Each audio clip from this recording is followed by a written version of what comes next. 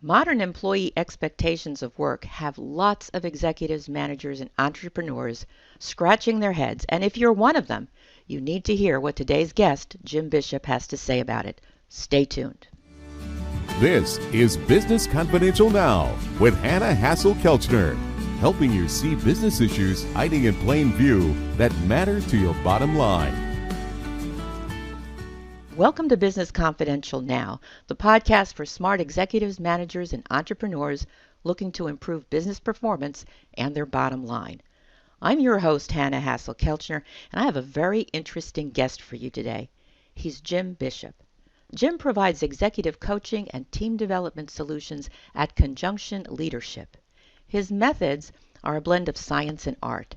It's an exclusive disrupt, bridge, and grow process that guides leaders on a journey of self-discovery, mindset shifts, and measurable growth, and it's given him a unique perspective on today's workplace.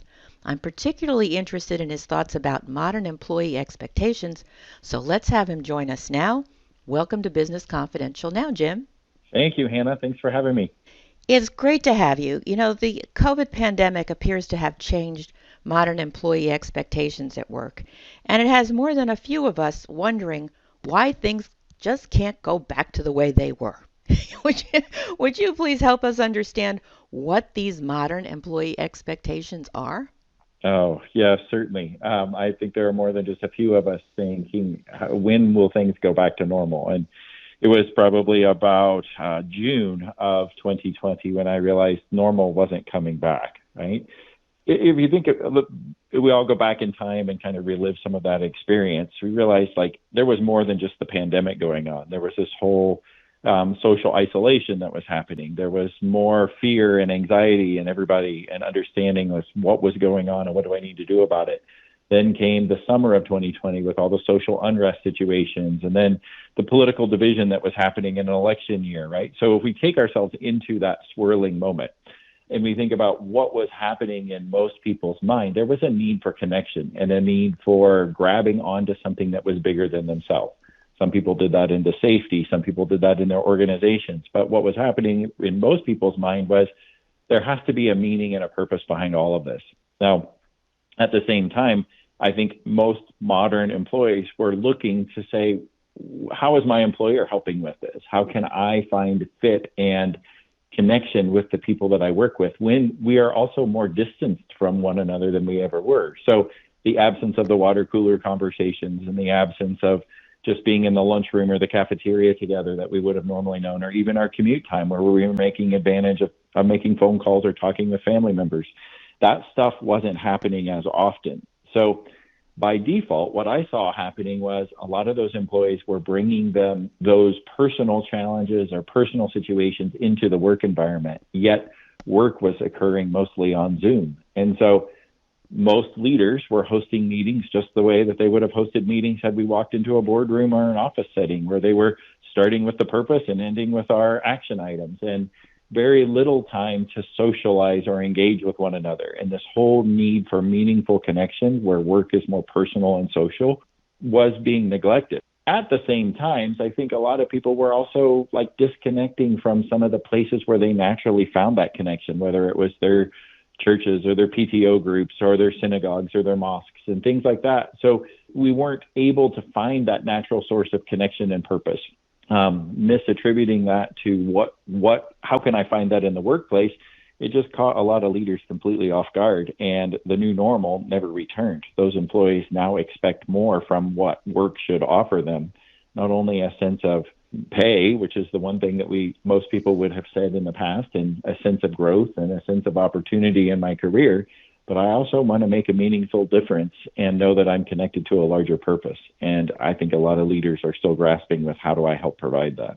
That is a lot of change. You know, as I'm hearing you rattle it off, going back in time, it seems so distant, but in a lot of ways, the consequences seem to be echoing and reverberating in how we're responding now. I appreciate that some business leaders interpret some of the approach or attitude of younger employees as them just not wanting to work. What would you say to those decision makers? I think every coin has two sides, right? And we're most able to see it from the side that we look at it. And so that's where, if we want to put it into generational context, leaders who have grown up in a certain environment will look at it and say, this is the way that I see the coin. And I see the coin as I had to pull myself up by my bootstraps, and no one took care of me when I came into the workplace. And work was not this social and emotional connection that I need today.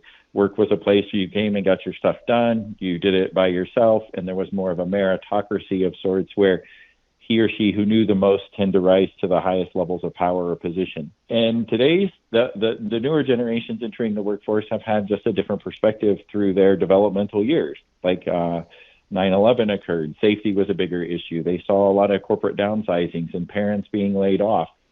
So they recognize that work has a different context than it used to, and they're coming to work with a need for purpose and meaning that isn't just met through the paycheck. And so their side of the coin says, I do want to work. I want to work very hard, but I want to know that what I'm working is gonna be more of an existential existence than just getting the gold watch at the end of 25 years, which probably isn't going to exist anymore, or making sure that I get a bigger bonus at the end of the year. They're looking more for a long-term meaning and purpose rather than just a short-term gains. And I think between there, we have a lot of tensions in the generations, just helping each other see that neither perspective is 100% correct, but both perspectives are necessary, valid to make sure our cultures work. That's a great point, Jim. I'm just wondering, though, for a manager, a leader, an executive that's listening, a business owner, how do they go about providing that meaning? I mean, what are they supposed to do? Let them play guitar in the break room? I mean, I'm being facetious here, you know that. But Yeah. it just seems like a fuzzy concept. And are they even equipped to provide that? Help us out here. Yeah, I do think that it is a fuzzy concept, but it comes back to personal behaviors. It doesn't come to, we can add creature comforts to our workplaces. And I mean, my opinion is some of those things are helpful, like, on-site daycares. That definitely helps meet a need, on-site dry cleaning or whatever. But some companies have gone to the point of, break room music or putting pool tables in or coffee bars and things like that are building this false sense of community in the workplace. And really, when we're human to human connection, what I want to know is, does the other person on the other side of the table or the other side of the Zoom call understand who I am as an individual and respect my opinions? It doesn't necessarily mean we have to agree on one another's opinions, but when a leader, what can they provide? It comes down to how much do they embrace their own humanity and how much are they comfortable sharing that humanity with others. And what that means is a lot of leaders, in a typical generational sense, the baby boomers or even the early Gen Xers have kind of grown up in an environment where either we were latchkey kids or we were just told to go do things. And we did, but that meant there wasn't a lot of direction or shared humanity, right? There was just a lot of, you go figure it out. The younger generations entering the workplace have never really had that. They've always had a coach or an advisor or someone beside them. And it's in large response to the way that the older generations raised their children. We put them in tap, ballet, and jazz. We didn't just tell them we wanted them to be good dancers.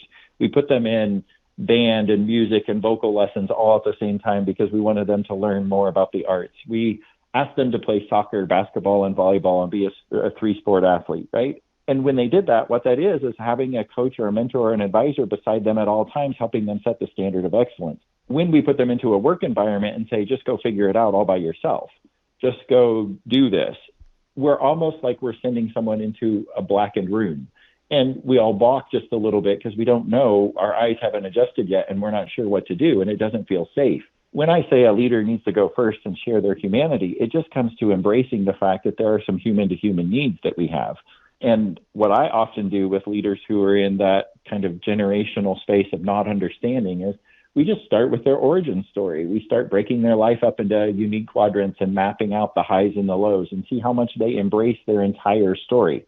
The moments in time that have really solidified some of their core values, the moments in time where they've had to deal with adversity and grit. And then we pull those stories out so that they really have a complete library of things that they can share from their own experience when they relate to other people.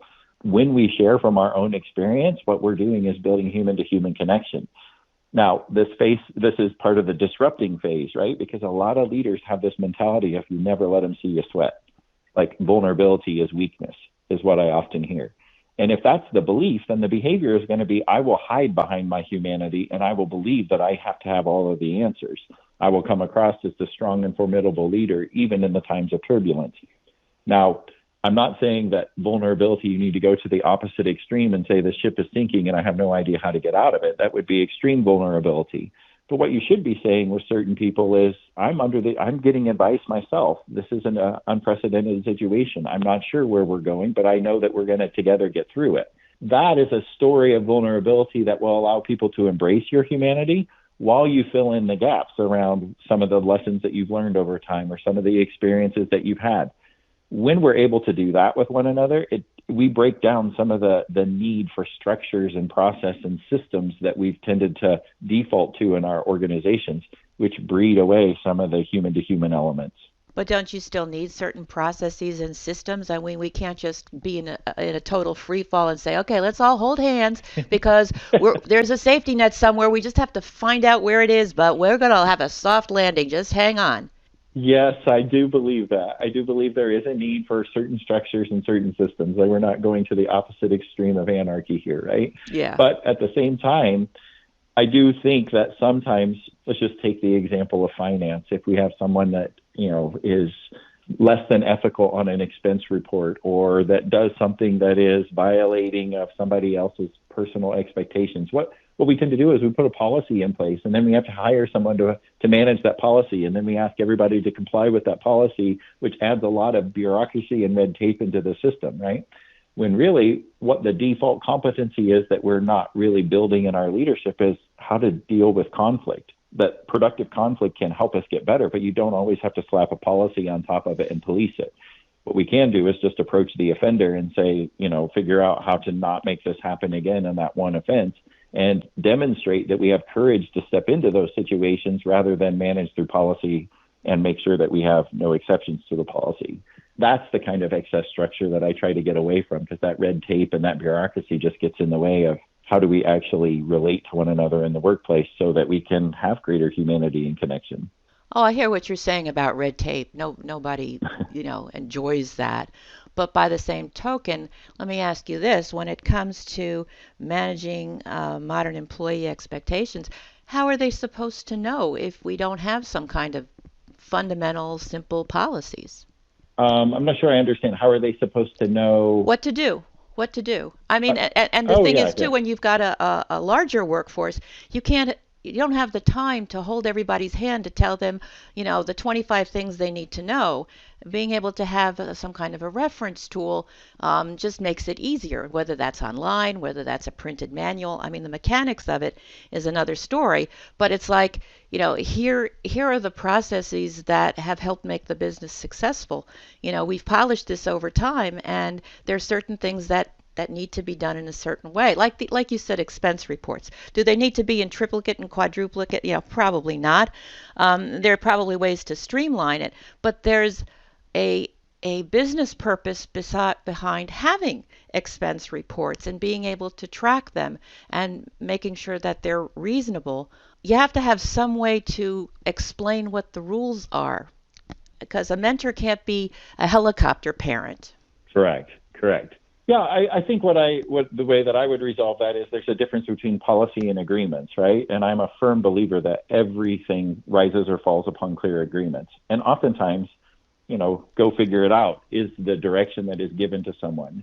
That's not really a clear agreement. So setting the context of how high and how wide and how tall and how fast you need to run, all of those things are clear agreements. And as long as we can have clear agreements, like a lot of companies will have what they call their ethics policies, right? Don't cheat on your expense report might be one of those ethics policies. What's the consequence? What's the agreement that we're making if that happens, right? And then do that, but don't necessarily employ a policy that says everybody is going to have to, your spending limit is $50 per person or whatever that happens to be. Set an arbitrary limit that allows everybody to go back in, and everybody has to go someone to police that, because then what happens is your employees don't feel empowered to step into the space where they can exert leadership. What they always do is default to the policy or the hierarchy to make the decision. And at the same time, then I hear the most senior leaders saying, I don't have employees that really want to be entrepreneurial or that want to take risks, because you've kind of managed risk out of the system for them and you've given them so many boundaries that there isn't a reason to take risk. They default to the policy or the hierarchy to make a decision. And so one of the most basic needs of human motivation, right, is autonomy and mastery and purpose. And if we can take those three things and build them into our cultures and find a way to give people more autonomy while helping them become more masterful at things, while also helping them find connection and relevance and purpose to what they're doing, those three things alone are going to get your people to be more entrepreneurial and risk-taking and more adventurous. So I'm kind of a warrior when it comes to that stuff, and I'm working with corporate cultures to say, how do we build more of that and reduce some of the things that get in the way of that? Yeah, it sounds like there's some trust issues that need to be bridged when it comes to modern employee expectations and being able to build more trust. What advice do you have on that front? Yeah, trust is built and trust is earned, right? So I think first I do a lot of work with trust audits in leaders, and they know that trust is kind of what I call the lubricant that reduces the drama tax in the organization. That very, very easily will see that the higher the trust level, the less the friction is in the organization. What they don't often realize is how often are they, as an executive leader, breaking trust. And no one sees that, right? Because we generally judge ourselves by our intentions, not by our actions. But when they're really honest about it, like I ask them to look at some of the relationships that they might have some friction with, where in that relationship can they take responsibility for not completely being trustworthy? What might be there, right? So I hear, like, a lot of times executive leaders saying things like, I can't tell you that. I mean, we haven't released that decision yet. Well, that isn't necessarily breaking trust, but it's certainly not earning trust. Small things like that over time. I just ask them to repurpose their language and say, what can you share, right? Instead of saying, I can't share that with you, just being able to answer the question of, well, here's what I can share with you, right?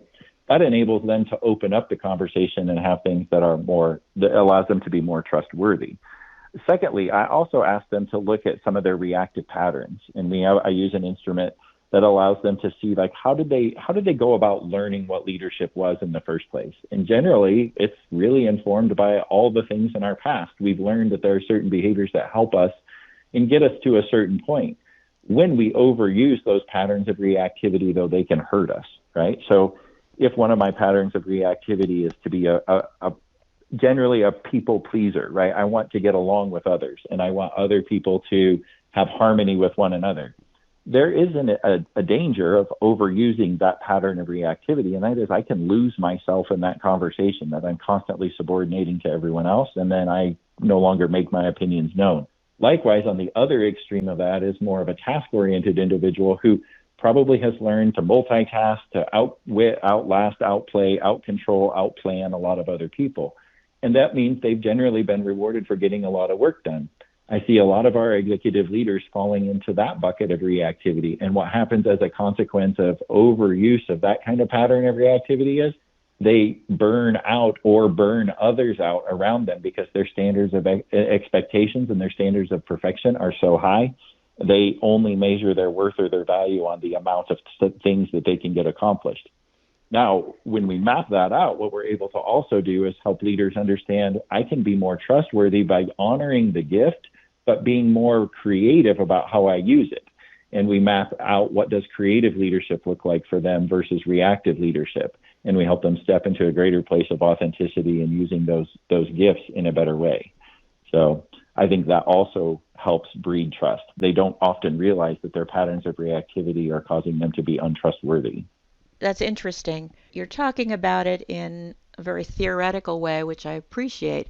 I was wondering if you could give me a concrete example that would make it a little easier to relate to. Sure. So I'll give you a client example. So busy CEO, a multinational organization, newly promoted to CEO after having been in many different parts of the organization for many years, actually having grown up there. And so this individual knows more about the organization than most people who work there and all the different intricacies of how the different parts and the pieces relate to one another, right? So that's the background. They have literally grown up in this environment from being an intern all the way now to CEO. they have shown demonstrated competence just by being able to learn things faster than others. And a huge part of this individual's identity has been shaped around their intellect, their ability to be smarter than most people, or their ability to learn things faster than others. And they've generally been rewarded all the way to the CEO seat. Okay? So that helps us understand the context. When we map out these reactive strategies, we see that intellect is one of the ways that this person has gone around showing up in the world and is a major source of identity. Now, here's the situation. When he became CEO, his challenge to me was, I don't have time anymore like I used to. Like, everybody wants on my calendar. I'm always in many different things. There's more responsibility than I've ever had, right? Which is not uncommon in that space.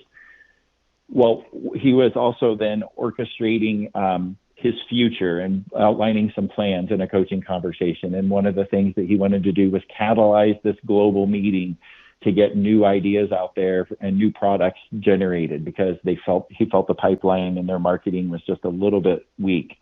And so he was outlining his goals about how to go about this. He was organizing the meeting. He was putting the agenda together. He was inviting the participants. He was setting the context. He was going to host the meeting. He was going to facilitate the meeting. And at the end of the session, I asked him, so if all of that happens, who owns the follow-up? Who owns the accountability to make this happen? Okay. Well, naturally, he owns all of that. He was the one that was controlling and organizing and planning all of it, right? Well, why was he the one organizing, controlling, and planning and all of it? Well, it comes back to because he's the one that knows more of the information than most people, and he prides himself off of his intellect, right? So it was a particular aha for him to be able to say, how do I identify? I identify so heavily with my intellect that I'm over controlling and over planning and over strategizing, and therefore I own all of the accountabilities, and then I have to direct and control and plan everything out for everybody because they don't take responsibility.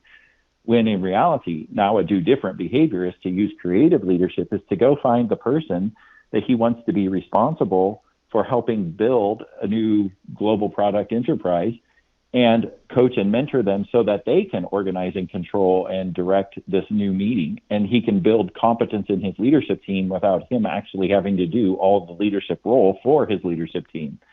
He is now a completely changed leader. He has more time in his calendar to do the creative stuff, to do the future planning, and to do the mentoring, and to do the coaching, and to do the developing of his people, because he no longer takes accountability for making sure all the small details are there. And it all comes back to, how did that reactive pattern of intellect show up in his life, and how can he use it in a different way today as an executive leader versus a frontline leader?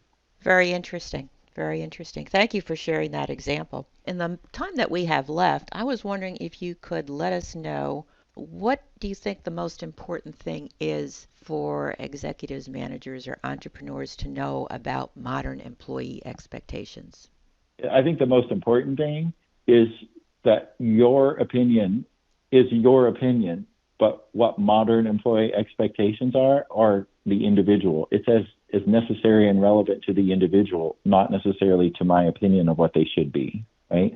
And so I find a lot of my leaders are really wrestling with that. Like, they don't want it to be the way that it is. They want it to be the way that it used to be. They want it to be, people came to work, earned a paycheck, got some career development along the way, and felt good about what was happening. They don't necessarily know, they don't feel comfortable when we have a Middle East conflict and we've got both sides of the equation in our employee base, and they're trying to resolve the differences. They feel like they have to provide a solution to that. What they really need to do is just realize that the modern employee wants to be heard and valued in their workplace, and they need to provide a place for that discussion to occur without necessarily providing the resolution that there is a right or a wrong answer to it.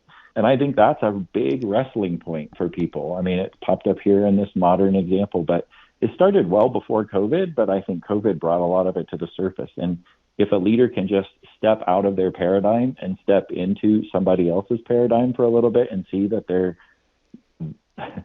if the workplace is going to become what the workplace needs to become for our businesses to evolve and the products that we provide to be there, then we also have to allow the human-to-human element to evolve along with it. We can no longer control, organize, and plan our way through these things. We also have to adapt more like an ecosystem in balance to make sure that all things stay regulated. Very good. Sounds like we could all use a good dose of empathy. Absolutely. It goes a long way, doesn't it? Yes, yes. Well, thank you, Jim. This has been an eye-opener, and I appreciate your time and the insights you've shared with us today about modern employee expectations.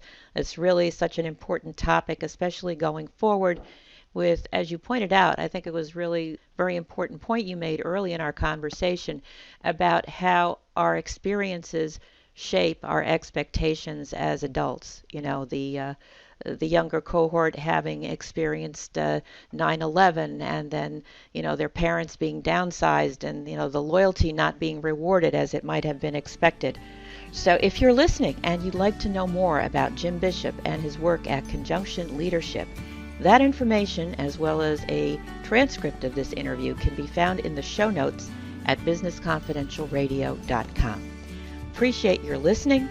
Be sure to tell your friends about the show and leave a positive review. We'll be back next week with another information-packed episode of Business Confidential Now. So until then, have a great day and an even better tomorrow.